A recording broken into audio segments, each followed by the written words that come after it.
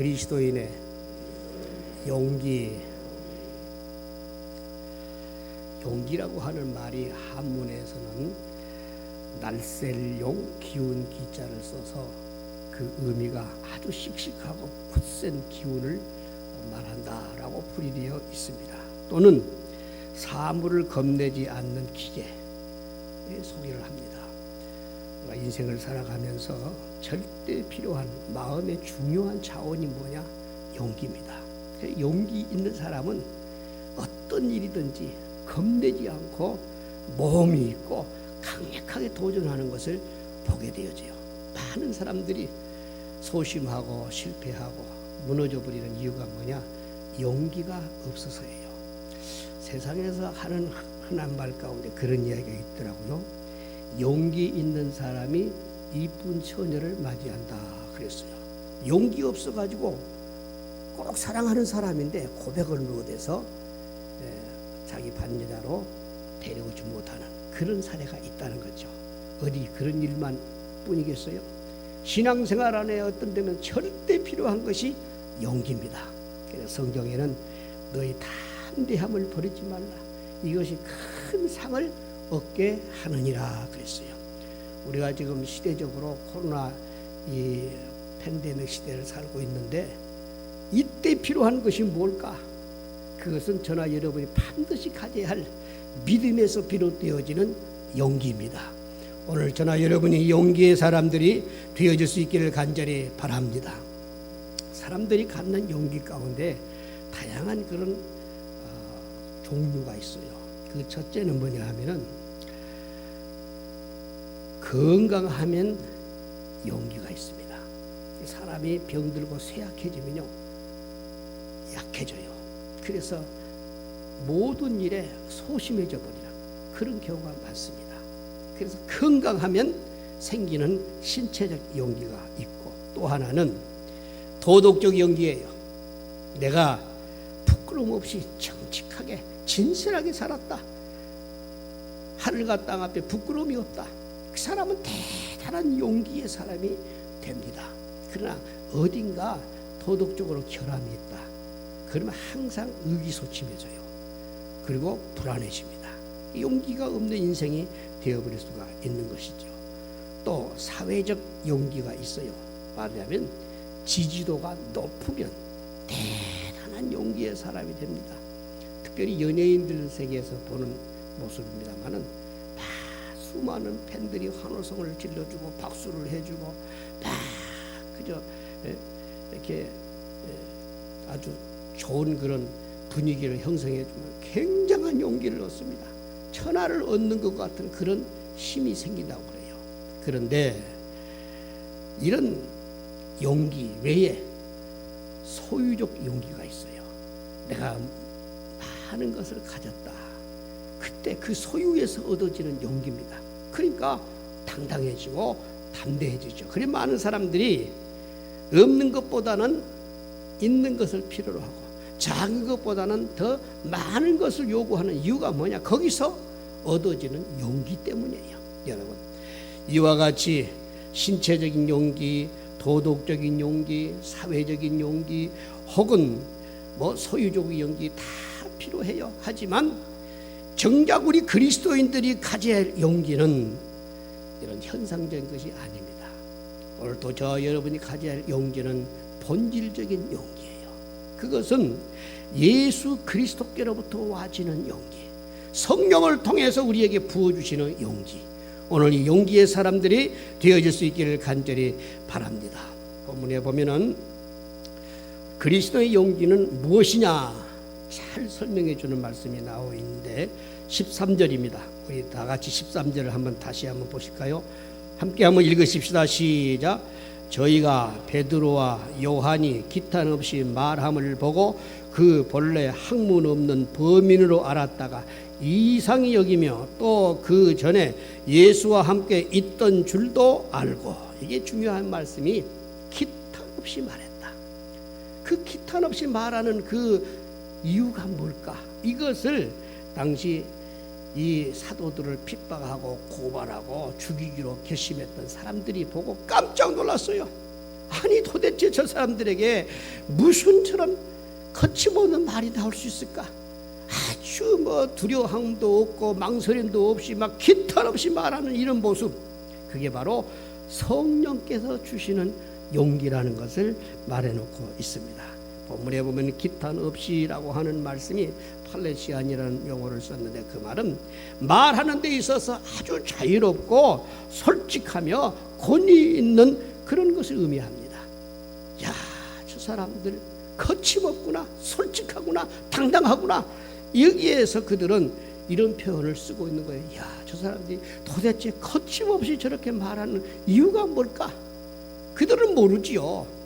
그래서 이 사람들을 어떻게 평가했냐? 아니, 저 사람들 학문이 없는 사람들인데, 말하자면 그 사람들이 말하는 기탄 없이 말했다는 건 적어도 배움이 있어야 되고 지식이 있어야 되고 뭔가 학문적 배경이 있어야 될 텐데, 아니, 이 사람들은 자기들이 볼 때는 학문이 없는 사람인데, 학문이 없다고 하는 말은 교육을 받지 못한 상태에서 무식한 그런 사람들을 두고 하는 말입니다. 그러니까 베드로라든가 요한, 누가 보아도 세상에 저런 갈릴리 출신 어부들이 뭘 안다고 이렇게 웃기게 볼 수 있는 거 아니에요?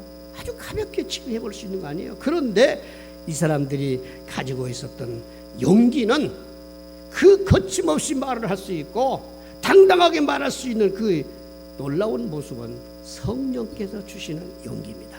여러분, 오늘 우리 크리스찬들이 가져야 할 최고의 용기는 바로 여기에 있습니다. 예수님 믿는 저와 여러분에게 오늘도 성령께서 주시는 강하고 담대한 놀라운 영적인 용기가 용서좀 칠 수 있기를 간절히 바랍니다. 성령은 우리의 연약함을 도와주시는 분이에요. 그래서 로마서 8장 26절에 보면 이와 같이 성령도 우리의 연약함을 도와주시나니. 여러분, 예수님 믿고 우리에게 최고의 어마어마한 축복들이 많지요만은 그 가운데 하나가 내가 천국 가는 날까지 나의 연약함을 계속적으로 도와주시고 격려해 주시고 힘과 용기를 불어넣어 주시는 분이 성령님이시라는 것이에요. 믿으시면 아멘 하십시다.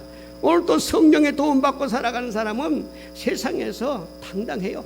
핍박을 만나도 고난이 다가오고 시험이 와도 거기에 주저주지 않고 그저 소심해하지 않고 당당하게 맞서서 얼마든지 대처해가는 그런 참 복된 모습을 보게 됩니다. 예수님께서 제자들을 이래 세상을 향해서 복음 증거하라고 보내시지요. 마태복음 10장 19절 이하에 보면은 그들을 향해서 이런 말씀을 하고 계십니다.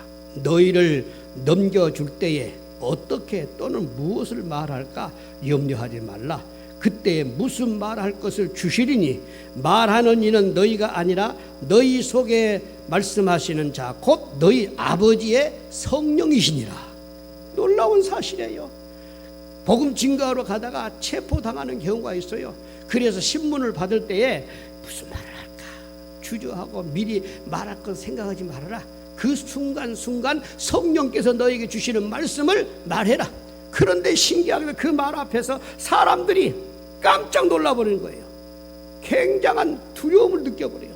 바로 그 모습이 오늘 본문에 나오는 이야기예요. 여러분, 저는 읽을 때마다 언제나 감동을 받는 성경의 기록 중에 하나가 다니엘의 세 친구 사드락 메삭 아벤느고가 저 느부갓네살 앞에서 얼마나 당당하게 말을 합니까? 그 용기, 그 담대함, 그걸 보고 읽을 때마다 감동이 있어요. 야, 적어도 하나님을 섬기고 하나님 앞에 용기 있게 살아가는 사람은 이 정도는 돼야지. 이 정도는 적어도 당당해야지. 그런 느낌을 갖습니다. 뭐라고 했습니까? 사드락 메삭 아벤느고가 왕에게 대답할 필요가 없나이다. 만일 그럴 것이면 왕이여, 우리가 섬기는 우리 하나님이 우리를 극렬히 타는 풀무 가운데서 능히 건져내실 것이고 왕이 손에서도 건져내시리라. 그리 아니하실지라도 왕이 우리와 왕의 신들을 섬기지도 아니하겠고 왕의 세우신 신상 앞에 절하지도 아니할 줄을 아옵소서. 그 시대에 느부갓네살 하면요, 그 사람 말 한마디가 법이에요. 그 사람 말 한마디에 죽고 사는 생살권이 달려 있습니다. 그런데 그 느부갓네살 앞에서 이 세 다니엘의 친구가 얼마나 당당합니까? 왕이여, 우리가 할 말이 없습니다. 무슨 왕이 세운 신상 앞에 내가 또 무슨 절할 수 있습니까? 안 합니다. 만약에 우리를 푸른 물에 던져 넣는다고 하면은 하나님이 우리를 건지실 겁니다. 그러나 건지지 아니하실지라도, 야, 이게 얼마나 멋진 말인지 몰라요. 아니하실지라도, 나 병 안 고쳐줘도요 주님 섬기고 의지합니다. 나요 가진 거 다 뺏겨도요 주님 의지합니다. 이 모습이에요. 오늘 우리는 주님 앞에서 조건부적인 신앙을 갖지 마세요. 이렇게 하면 이렇게 하겠습니다. 하나님은 조건부로 우리를 사랑한 거 아니에요. 우리를 사랑하시되 무조건 사랑하신 겁니다. 죄인임에도 불구하고, 버림받아 마땅함에도 불구하고, 지옥감에 당연한데도 불구하고 나를 조건 붙이지 않고 그냥 사랑해 주신 분이에요. 그렇다면은 하나님 앞에 우리가 주님을 섬겨 살아감에 있어서 우리가 가질 믿음의 자세는요 조건부적인 자세 가져야 돼요. 하나님 이렇게 해주면 이렇게 하겠습니다. 하나님 그런 분이 아니에요. 거리하시는 분이 아닙니다. 하나님은 하나님의 은혜를 믿고 그 은혜에 감동받고 그 은혜를 깨닫고, 그래서 진심으로 하나님 경외하기를 원하시는 분이 전능하신 우리 하나님이심을 깨닫게 되시기를 간절히 바랍니다. 우리 그리스도의 용기는 성령께서 주시는 용기예요. 오늘 여러분의 마음속에 성령이 힘을 불어넣고 위로와 격려와 놀라운 능력으로 역사해 주시면 우리도 세상 속에서 시험, 역경, 고난 앞에서도 당당할 수 있는 용기 있는 믿음의 사람들이 되어질 줄로 믿습니다. 1879년에 태어나서 1955년에 세상을 떠나셨던 이 시대가 낳았던 최고의 물리학자 아인슈타인이라는 분이 계십니다. 그분이 이런 말을 했어요. 제2차 세계대전 때입니다. 나는 독일 전란 때 자유를 애호하는 사람이었습니다. 그래서 나는 이뤄가는 자유를 굳게 지키고 보수하기 위해서 독일의 대학교를 들여다보았습니다. 그런데 대학교의 교수들은 물론 학생들도 나치 독일의 탄압 아래서 아무런 말도 못하고 침묵을 지키고 있었습니다. 그래서 나는 두 번째로 독일의 자유를 위해 날카로운 편대를 휘두르는 저술가들을 보았습니다. 그런데 그들도 역시 대학 교수들처럼 벙어리 노릇을 하고 있었습니다. 그런데 놀랍게도 내가 평소에 하찮게 보았던 독일의 교회만은 히틀러의 탄압 아래서도 영원한 진리를 위하여 굳게 서서 항거하는 것을 보았습니다. 나는 사실 그때까지만 해도 교회에 대해서 별로 흥미가 없던 사람이었습니다. 그런데 그 교회의 위대한 용기를 보고 그때 나는 비로소 교회에 대한 탄복과 애정을 갖는 사람이 되었습니다. 보십시오.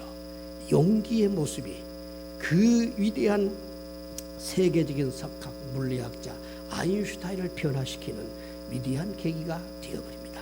여러분, 사탄도요 용기 있게 덤비는 사람을 함부로 못 손대요. 그런데 자꾸 벌벌벌 떨면요, 하하, 이게 약점이구나. 이 사람이 무너뜨릴 수 있는 이게 바로 이 사람의 허점이구나. 그걸 알아요. 그러니까 벌벌벌 떨면은 사다리가 그를 붙들어 버리셔요. 여러분, 욥기서 1장에 보면은 흥미로운 이야기가 있어요. 욥은 동방의 큰 부자였어요. 10자녀를 거느렸어요.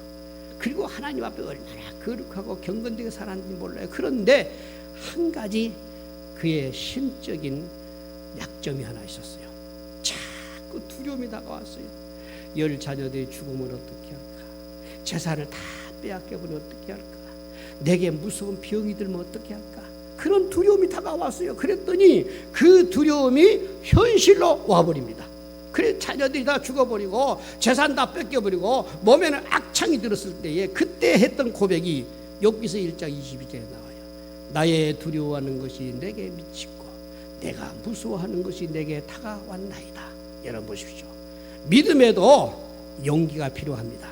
어떤 경우라도 여러분 가운데 무서움, 두려움, 불안함 절대 여러분 용납하지 않기를 바랍니다. 당당하게 나설 수 있기를 바랍니다. 예수 이름으로 물리칠 수 있기를 바랍니다. 성령은 우리에게 용기를 불어넣어 주신 분이에요. 그래서 선교자들이 두려워하지 않고 선교했던 이유가 바로 거기에 있어요. 그러나 예수님이 없는 사람들, 마음속에 성령의 강력한 임재와 역사하심이 없는 사람들은요, 보여지는 것과 들러지는 것과 여러 가지 처지와 형편 앞에 항상 위축되어져요. 두려움에 벌벌 떨어요.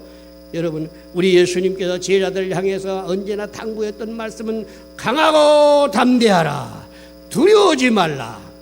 하나님께서 모세와 여호수아를 세워 쓰실 때에도 다른 말을 하지 않았어요. 두려워하지 말라, 내가 너와 함께 함이니라. 사랑하는 여러분, 오늘 또 우리는 이 시대에 용기가 필요해요.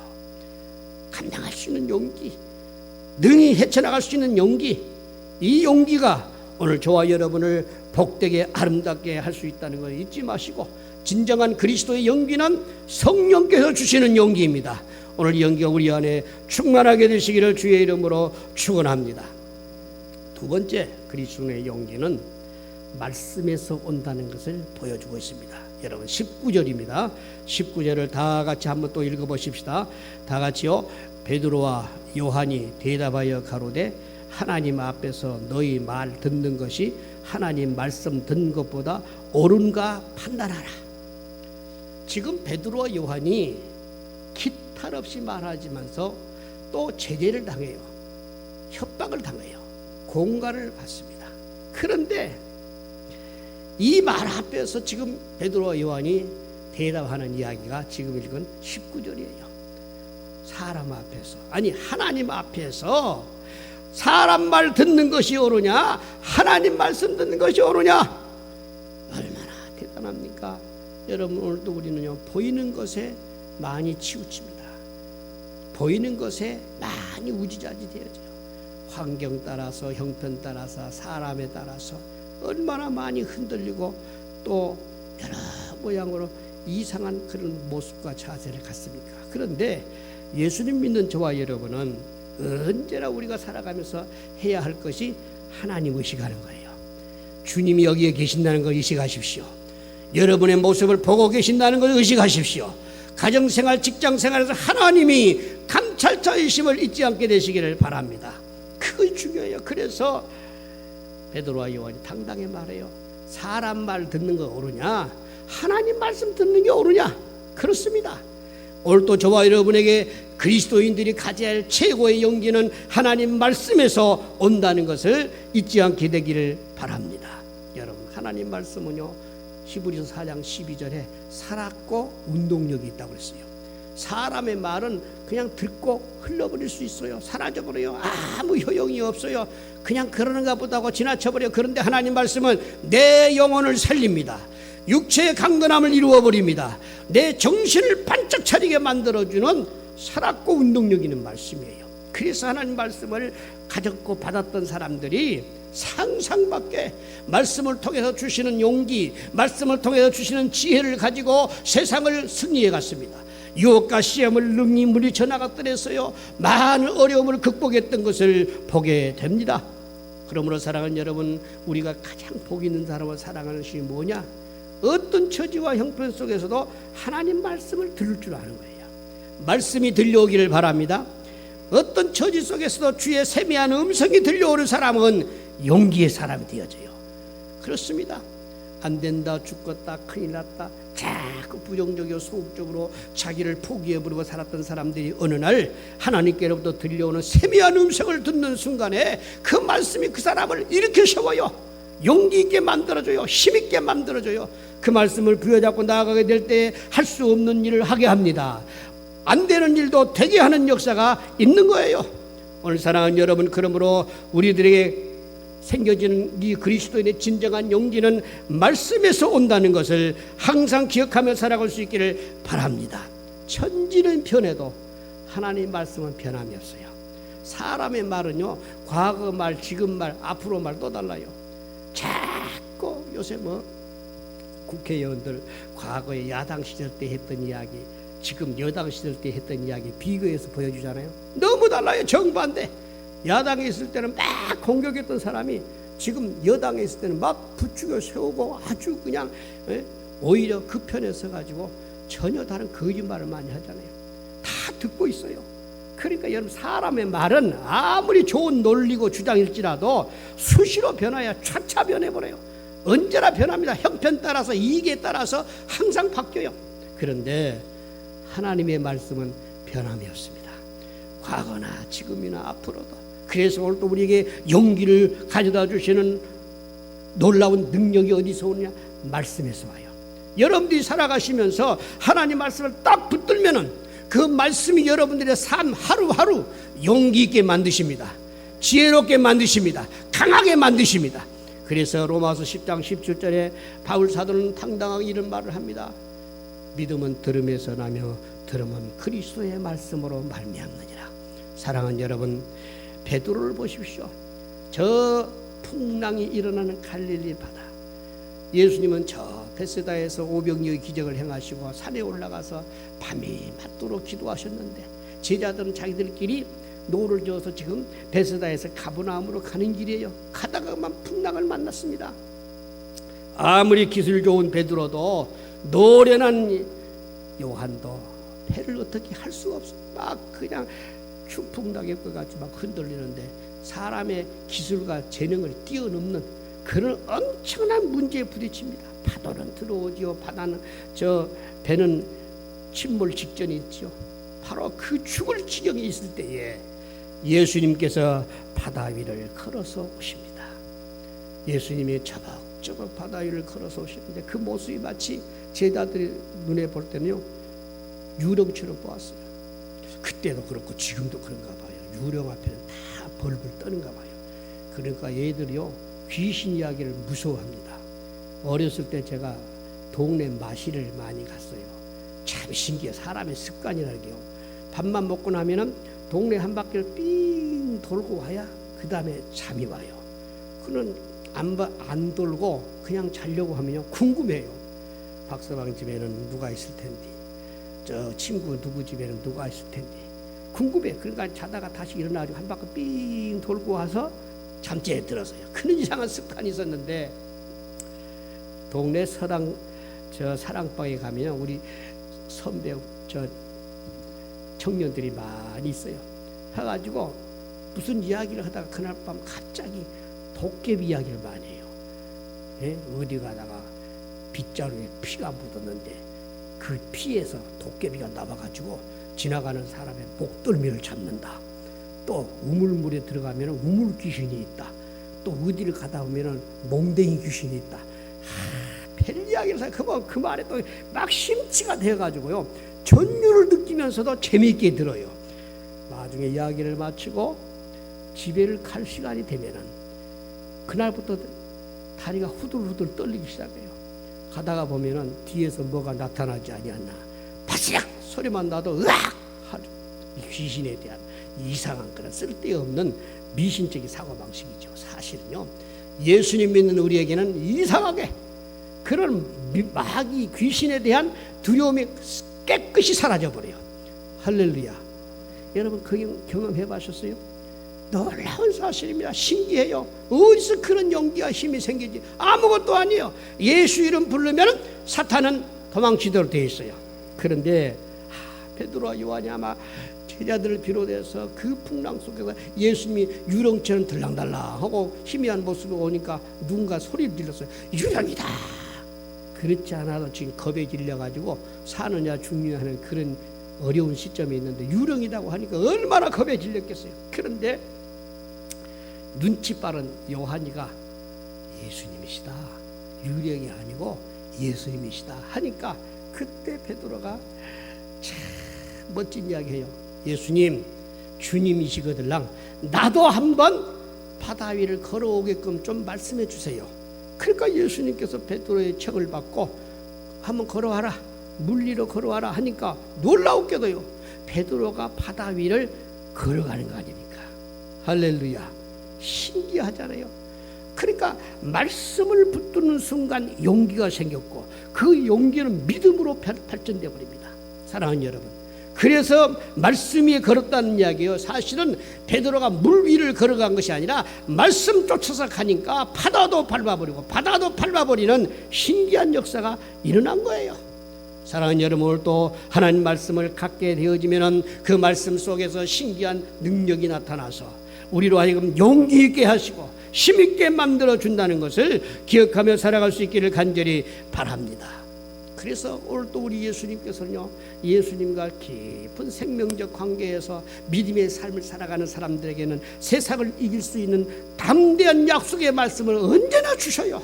매일같이 주십니다.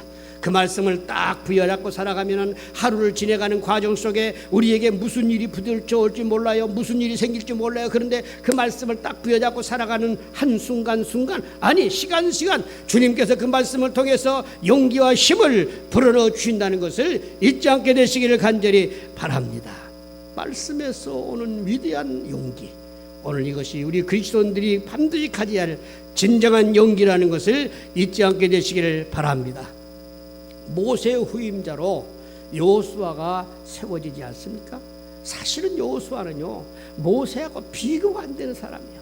인간적으로도 그렇고 출신 성분도 그렇고 여러 가지 면에서 여호수아가 모세의 후임자가 된다는 건 이건 상상할 수 없는 일이에요. 그래서 여호수아는 하나님 앞에 지목받았을 때에 막 두려워 떨었어요. 내가 어떻게 합니까? 내가 어떻게 모세의 후계자가 될 수 있습니까? 안 된다고 자꾸 사양을 했습니다. 그때 하나님께서 여호수아를 용기 있게 만들어 주었던 말씀이 뭐냐? 내가 모세와 함께 있던 것 같이 너와 함께 할 것입니다. 할렐루야. 우리 그리스도에게 최고의 용기는 주님이 함께 해주셔요. 그런데 어떻게 함께 하시느냐? 말씀을 주셔서 함께 하십니다. 하나님 말씀을 부여잡는 그 순간부터 주님이 나와 함께 한다는 것이 확신이 되는 거예요. 그래서 하나님 말씀은 지금도 사라져 없어버리는 말씀이 아니라 하나님께서 나와 함께 한다고 하는 확실한 증거로, 표지로 말씀을 주셔서 우리로 하여금 그 말씀을 부여잡고 살아가게 만들어 주시는 거예요. 여호수아는 바로 그 경험을 했어요. 그래서 모세와 함께 있던 것 같이 내가 너와 함께 할 것이라 이 말씀을 딱 부여잡고 나아가니까 그 엄청난 200만의 저 이스라엘 민족을 이끌고 가나안 전쟁을 승리로 장식했고 가나안 땅을 다 분배해 주는 위대한 역사를 이뤄버립니다. 사랑하는 여러분, 오늘도 우리는 말씀에서 오는 이 진정한 그리스도의 용기를 소유하고 살아갈 수 있기를 간절히 바랍니다. 빌리 그라함이라고 하는 유명한 전도자이죠. 지금은 이제 천국 가셨습니다마는 그분이 오직 하나의 권위라는 그런 주제 설교 가운데 이런 이야기를 해놓았어요. 그리스인으로서 우리는 오직 하나의 권위, 하나의 나침판, 하나님의 말씀을 가지고 있습니다. 수천 개의 다른 목소리를 가운데도 모두가 그들 자신의 권위를 주장하고 우리의 충성을 시끄럽게 요구하고 있지만 오직 하나의 목소리만이 우리에게 진리를 말해줍니다. 그것은 우리가 무엇을 믿고 어떻게 살아가야 할 것을 말씀해 주시기 위해 하나님이 우리에게 주시는 기록된 말씀입니다. 얼마나 참 좋은 이야기입니까? 빌리 그레함이 일평생 전도자로 살아갔는데 그에게 항상 용기와 힘을 북돋워주었던 것은 기록된 하나님의 말씀. 그 말씀을 매일같이 묵상하고 마음에 새기고 그 말씀을 의지해서 살아갔더니 그 말씀이 빌리 그레함으로 하여금 최고의 전도자가 되게 만들었어요. 사랑하는 여러분, 오늘도 우리는 이 땅에 살아가는 동안 다른 것보다도 말씀 의지해서 믿음의 삶을 승리로 장식할 수 있는 우리 모두가 되어질 수 있기를 간절히 바랍니다. 그리스도의 용기는 말씀에서 오는 용기라. 이것을 잊지 않기를 바랍니다. 마지막으로 그리스도의 용기는 하나님께 영광 돌리는 용기예요. 본문 21절입니다. 우리 다 같이 또 한번 읽읍시다. 21절입니다. 관원들이 백성을 인하여 저희를 어떻게 벌할 도리를 찾지 못하고 다시 이협하여 놓아 주었으니 이는 그 모든 사람이 그 된 것을 보고 하나님께 영광을 돌림이러라. 할렐루야. 우리가 지음받은 목적, 우리가 부름받은 목적, 우리가 하나님의 백성이 되어진 근본적인 목적이 어디 있습니까? 하나님께 영광 돌리는 데 있어요. 그래서 웨스트민스터 소요리 문답 제1문 1답에 사람의 제일 되는 목적이 무엇이냐? 그것은 하나님을 영화롭게 하며 영원토록 그를 즐거워하는 데 있다 그랬어요. 우리가 살아가는데 내 삶의 승리와 축복이 어디 있느냐? 얼마만큼 내가 하나님께 영광을 돌렸느냐에 있어요. 그런데 하나님은 누구를 통해서 영광 받으시느냐? 용기 있는 사람이에요. 비겁하고 그냥 스스로 그냥 무너지고 약화되고 안 된다, 죽겠다, 큰일이다, 그런 사람들을 통해서 하나님이 영광 받으신 거 아니에요. 하나님은 된다고 생각하는 사람, 믿는다고 생각하는 사람, 할 수 있다고 생각하는 사람을 통해서 영광을 받으시는 분이에요. 상광빌라라고 하는 드라마를 보셨죠? 드디어 끝났습니다.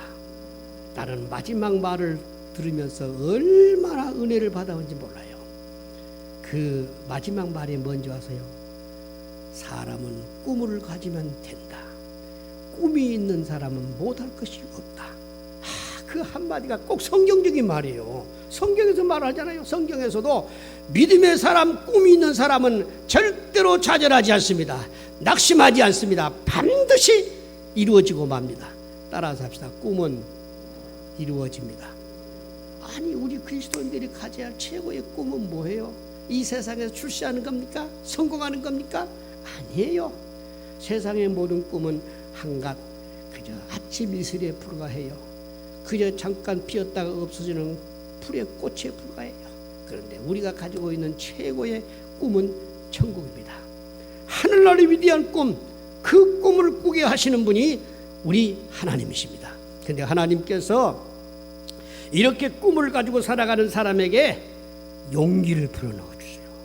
놀라운 사실, 여러분, 우리가 하루를 살아가면서도 오늘 또 내가 무엇을 위해 살 것이냐, 거기에 대한 정확한 목표와 방향이 정확하게 정해져야 돼요. 먹고 하루를 자고 깨고 하면서 하루를 움직이니까 이제 사는가 보다, 이런 생각하지만 안 돼요. 막연하면 안 돼요.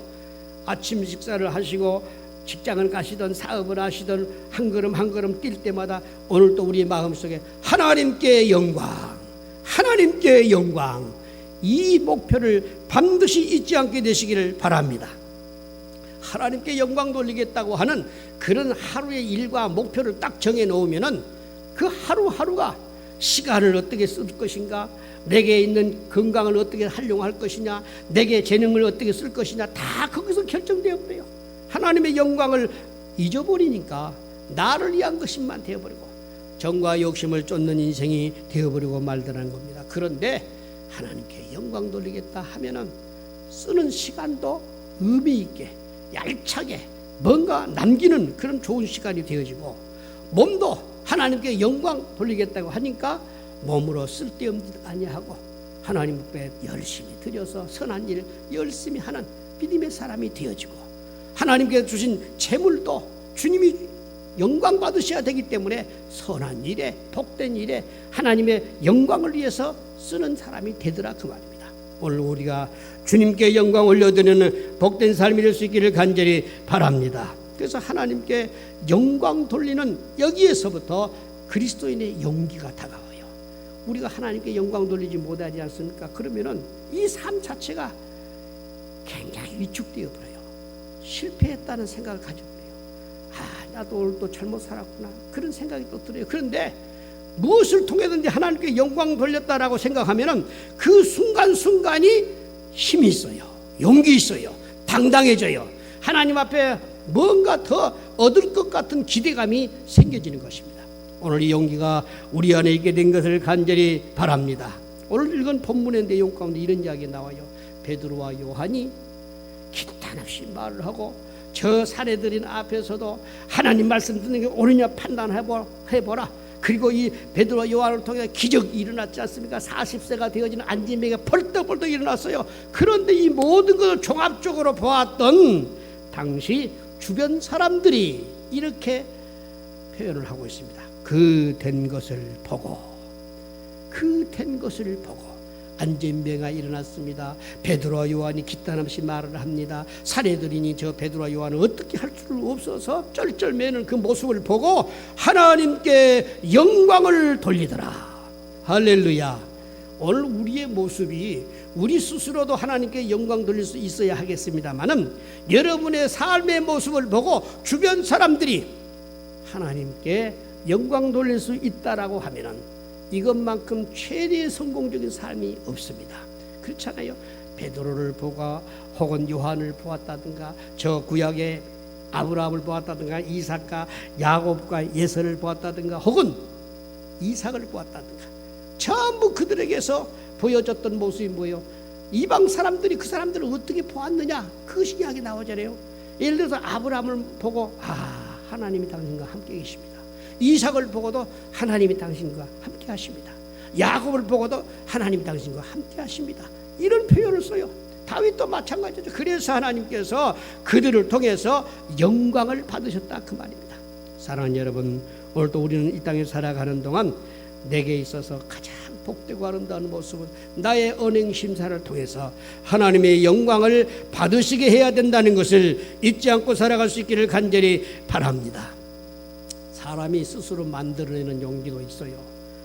담대하게 앞서 말씀드려가지고 건강하면은 또는 도덕적으로 깨끗하면은 소유가 있으면은 지위가 있으면 나름대로 용기가 생기죠. 그런데 그런 용기는요 자칫 잘못하면은 교만 떨게 해요. 거만하게 만들어요. 하나님께 영광은 고사하고 잘난 척하다가 무너져버리는 경우들이 많습니다. 그런데 하나님께서 우리에게 주시는 용기는 그렇게 하지 않아요. 모든 것이 하나님께 영광이 되어지게 된다는 것을 잊지 않기를 바랍니다. 우리가 잘 아는 다니엘도 그렇지 않습니까? 다니엘도 모든 것을 하나님께 영광 돌리는 아름다운 모습을 가졌어요. 사자굴에 던짐을 받았습니다. 왜요? 기도하다가 잡혔거든요. 기도하는 것을 제목으로 삼아가지고 앞으로 40일 안에 누구에게인가 왕 아닌 다른 것에 기도하면은 그 잡아가지고 사자굴에 넣읍시다. 이 다리오 왕도 어떻게 보면 좀 멍청한 사람이에요. 다니엘을 그렇게 신뢰했던 사람인데 다니엘을 죽이는 음모라는 것을 몰라요. 그리고는 거기다 도장을 꾹 찍어서 박을 붙이게 만들어요. 거기에 다니엘이 걸려든 겁니다. 다니엘서 6장에 가서 보면은 다니엘이 자기를 위해서 자기를 죽이려고 하는 음모라는 걸 알고도 여전히 하루에 3번씩 예루살렘을 향해서 창문을 열고 하나님 앞에 계속해서 똑같이 기도합니다. 그 기도하는 사람의 모습이 이러한 모습이에요. 형편 따라 기도가 바뀌어져 버리고 사정 따라 기도가 됐다 또 안 됐다고 그건 기도한 사람 아니에요. 어떤 경우라도 항상 변함없이 기도할 줄 아는 사람이 믿음의 사람입니다. 다니엘이 그러했거든요. 그래서 다니엘은 그것 때문에 잡혀요. 사자굴에 던져짐을 받습니다. 보통 사람 같으면 이미 사자에게 뼈도 못 추리게 될 만큼 죽었어야 돼요. 그런데 다리오가 그때서 알아요. 다니엘을 죽이려고 하는 무서운 음모였구나. 그날 밤에 다리오는 저 다니엘이 사자굴에 던져짐을 보고는 너무너무 아까워서 안타까워서 밤에 식음을 전폐하고 잠을 이루지 못해요. 그리고 뜬 눈으로 지내다가 새벽녘에 일어나서 사자굴 앞으로 갑니다. 사자굴 앞에 가서 다니엘을 불러요. 다니엘아, 다니엘아, 네가 섬기는 하나님께서 너를 구원하셨느냐? 사실은요, 짐작 삼아서 불러본 거예요. 그런데 깜짝 놀랄 이야기가 나오잖아요. 사자굴 속에서 다니엘이 이야기하는 거예요. 왕이시여, 만세수를 하시옵소서. 전능하신 하나님께서 나를 사자 입에서 지켜주셨나이다. 참, 그 소리를 들을 때 다리오가 얼마나 좋았을까. 임금 신하들을 시켜서 다니엘을 끄집어내게 합니다. 그리고 다니엘을 죽이려고 음모했던 그 못된 신하들을 결박해서 사자굴에다가 던져넣는데 성경은 이렇게 기록해 놓았어요. 그들이 문에 이르러 닿자마자 뼈까지 으스러지게 만들었더라. 사자들이요, 그렇지 않아도 밤에 먹을 고기를 놔두고 입이 떨어지지 않아서 못 먹었잖아요. 다니엘을 가운데 놓고 사자들이 빙빙빙빙빙 돌면서 끙끙거리고 했지. 참 맛있는 고기를 못 먹다니 하고 사람 같으면 아마 그랬을 거 아닙니까? 그런데 다니엘이 데려가고 그보다 몇 껍질 많은 고기들이 떨어지니 안 먹을 수가 없지요. 막 그냥 뼈다귀까지 다 삼켜버렸다고 그랬어요. 여러분 보십시오. 여기에 다니엘을 통해서 하나님의 영광을 받으시는 거예요. 여러분 오늘 또 하나님 앞에 영광 돌리는 이 놀라운 삶이 주님 앞에서 우리가 가져야 할 용기에서 비롯된다는 걸 잊지 않고 살아갈 수 있기를 간절히 바랍니다. 하나만 더 말씀드리고 마무리를 하려고 합니다. 여러분 잘 아시는 바와 같이 다윗 대단한 분이에요. 용기 있는 분이에요. 저 사무엘상 7장 45절 이하에 보면 골리앗이라고 하는 블레셋 장수 구척장사입니다. 어마어마한 키로 말하면 2m 거의 3m 가까이 되는 사람이에요. 얼마나 대단한 분입니까? 근데 그 골리앗 앞에 다윗은요 조그마한 애기예요. 근데 그 골리앗을 대항해서 싸워 이기겠다고 하니 이게 말이 될 수가 없죠. 사람들이요, 아이고 아까운 사람 또 죽었다. 어떻게 저 골리앗을 이길 수 있겠느냐고 전부 다 포기한 상태예요. 그런데 여러분 다윗이 했던 이야기를 들으십시오. 다윗이 그 골리앗 앞에 이렇게 합니다. 너는 칼과 단창으로 나오지만 나는 만군의 여호와의 이름으로 가노라. 할렐루야. 이게 놀라운 사실이에요. 예수 이름으로 가는 그 사람에게 용기가 있어요. 그 이름에 능력이 있어요. 맞습니다. 오늘 또 우리가 하나님 앞에 영광 돌리는 용기가 어디서 오느냐? 예수 이름 때문에 옵니다. 오늘 저나 여러분에게는 예수 이름이 최고의 기업입니다. 예수 이름으로 하루를 시작하십시오. 예수 이름으로 날마다 기도하십시오. 예수 이름으로 찬양 올리십시오. 그때마다 하나님이 영광 받으시고 우리에게는 놀라운 주님이 주시는 용기의 사람이 된다는 걸 기억하십시다. 오늘 말씀을 마무리하면은 그리스도의 용기는 성령께서 주십니다. 성령이 여러분의 마음속에 끊임없는 놀라운 신령한 용기가 넘쳐나는 역사가 일어나기를 바랍니다. 말씀에서 용기가 옵니다. 날마다 성경을 읽으십시오. 말씀을 늘 묵상하십시오. 말씀을 날마다 마음에 새기십시오. 그 한마디 한마디가 여러분 속에 날마다 삶의 용기를 불어 넣습니다. 하나님께 영광 돌리는 것이 우리들의 삶의 용기예요. 우리가 하루를 지내가면서 누구께 어디에 목표를 두고 살 것이냐? 하나님께 영광. 여기에가 딱 상을 목표를 두고 가시면 그때부터 하나님께서 우리에게 놀라운 용기를 불어넣어 주셔서 날마다 승리하게 만들어 주신다는 걸 잊지 마시고 오늘 주님 앞에서 이 그리스도의 진정한 용기를 가지고 이 시대를 이기고 믿음의 승리자가 될 수 있기를 주의 이름으로 축원합니다. 우리 다 같이 한번 합심하여 시간 통성으로 한번 기도할 텐데 주님 나에게도 진정한 그리스도의 용기가 있게 해 주옵소서. 한번 크게 우리 주의 일창 한번 하고 우리 소리내와 함께 한번 통성으로 기도하십시다. 주여